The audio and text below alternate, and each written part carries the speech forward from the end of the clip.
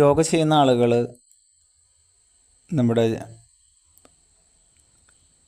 ഉള്ളിലേക്ക് മാത്രം തിരിഞ്ഞ് സാധന ചെയ്യുന്നൊരു സമ്പ്രദായമാണ്.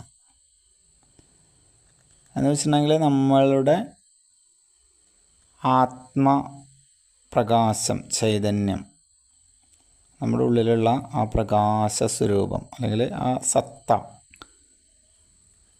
നമ്മുടെ യഥാർത്ഥ സ്വരൂപം, ആ സ്വരൂപത്തിലേക്ക് ലയിക്കുന്ന അല്ലെങ്കിൽ അതുമായി ചേരുന്ന, അതുമായിട്ട് അതിനറിഞ്ഞ് ആ ചൈതന്യവുമായിട്ട് എപ്പോഴും ഇങ്ങനെ സദാ ചേർന്ന് നിൽക്കുന്ന ഒരവസ്ഥ, ഒരാനന്ദാവസ്ഥ.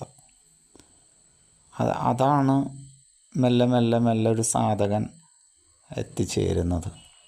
അതിൻ്റെ ഓരോ അവസ്ഥകളെ നമ്മുടെ ഗുരുക്കന്മാർക്ക്, അനുഭവമുള്ള ഗുരുക്കന്മാർക്ക് അത് ഏതാണ് സമാധി അവസ്ഥ അല്ലെങ്കിൽ എന്താണ് അതിൻ്റെ യഥാർത്ഥ വശങ്ങൾ എന്നൊക്കെ പേരിട്ട് വിളിക്കാനൊക്കെ അവർക്ക് കഴിയുണ്ടാവും. സാധാരണ സാധകനെ സംബന്ധിച്ചിടത്തോളം ഒരു സന്തോഷം അല്ലെങ്കിൽ ഒരു ഹാപ്പിനെസ് നമ്മൾക്കിങ്ങനെ ഫീൽ ചെയ്യും.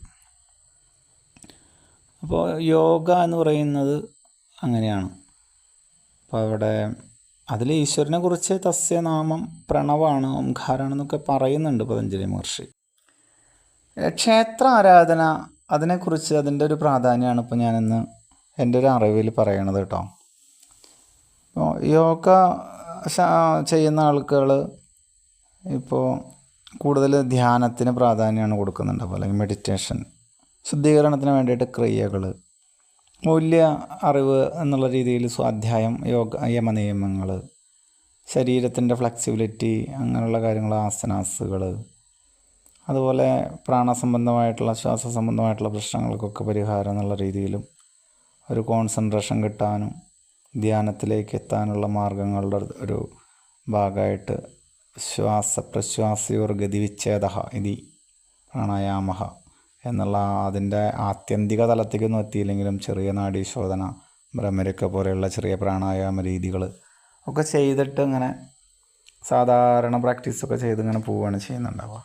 അപ്പോൾ ഇതിനൊക്കെ ഉൾപ്പെടുത്തിക്കൊണ്ട് ഇപ്പോൾ വൈദികമായിട്ടുള്ള സമ്പ്രദായങ്ങൾ, ക്രിയകൾ, താന്ത്രികമായിട്ടുള്ള ക്രിയകൾ, ഇപ്പോൾ യോഗശാസ്ത്രപരമായിട്ടുള്ള ക്രിയകൾ, ഇതിനെല്ലാം കൂട്ടിച്ചേർത്തുകൊണ്ട് വളരെ സുന്ദരമായിട്ട് സാധാരണയായിട്ട് നാം ചെയ്യാറുള്ള ഈ ക്ഷേത്ര ദർശനം, അതിൻ്റെ പ്രാധാന്യവും ഗൗരവവും മനസ്സിലാക്കിയിട്ട് ക്ഷേത്ര ദർശനം ചെയ്യുന്നത് ഒരു പൂർണ്ണമായിട്ടുള്ളൊരു ഉപാസനയാണ്. അത് ആ രീതിയിൽ നമ്മൾ മനസ്സിലാക്കണം എന്ന് മാത്രമേ ഉള്ളൂ. മറ്റൊരു ഉപാസനയും ചെയ്യാൻ അശക്തരായിട്ടുള്ള സാധാരണക്കാരുടെ ആധ്യാത്മിക ഉന്നതിക്ക് വേണ്ടിയിട്ട് ഗ്രാമങ്ങൾ തോറും നിരവധി ക്ഷേത്രങ്ങളാണ് നിർമ്മിച്ചിട്ടുള്ളത്.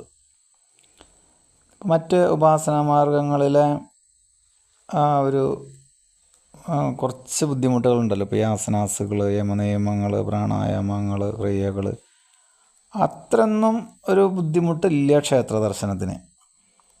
അത് ഗ്രാമത്തിൻ്റെ ആ ഒരു ജീവിതവുമായിട്ട്, ഗ്രാമത്തിൽ അതായിട്ട് ഇങ്ങനെ ബന്ധപ്പെട്ടിട്ടാണ് അതിനൊരു പ്രാധാന്യമുള്ളത്.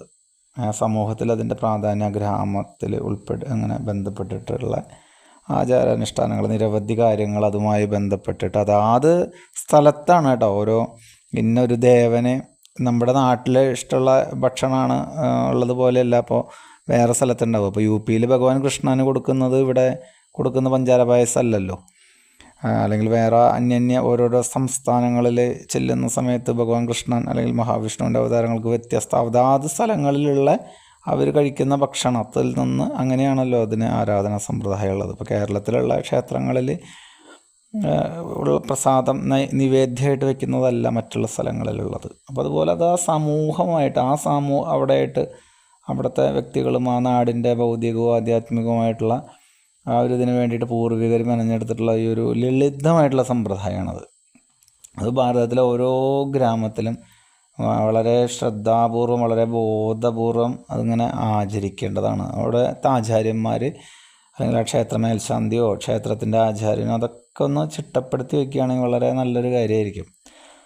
അങ്ങനെ ചെയ്യുകയാണെന്ന് വെച്ചാൽ അത് നമ്മുടെ കുടുംബത്തിനും അതുപോലെ ആ സമാജത്തിനും മെല്ലെ മെല്ലെ അത് നമ്മുടെ ആ രാജ്യത്തിന് മൊത്തം ഒരു അഭിവൃദ്ധി ഉണ്ടാക്കും എന്നുള്ളതിൽ യാതൊരു സംശയമില്ല. ഇതൊക്കെയാണ് നമ്മുടെ ഹൈന്ദവ ധർമ്മത്തിൻ്റെ ഈ ആധ്യാത്മികമായിട്ടുള്ള ഒരു ലക്ഷ്യമായിട്ട് പറയണത്.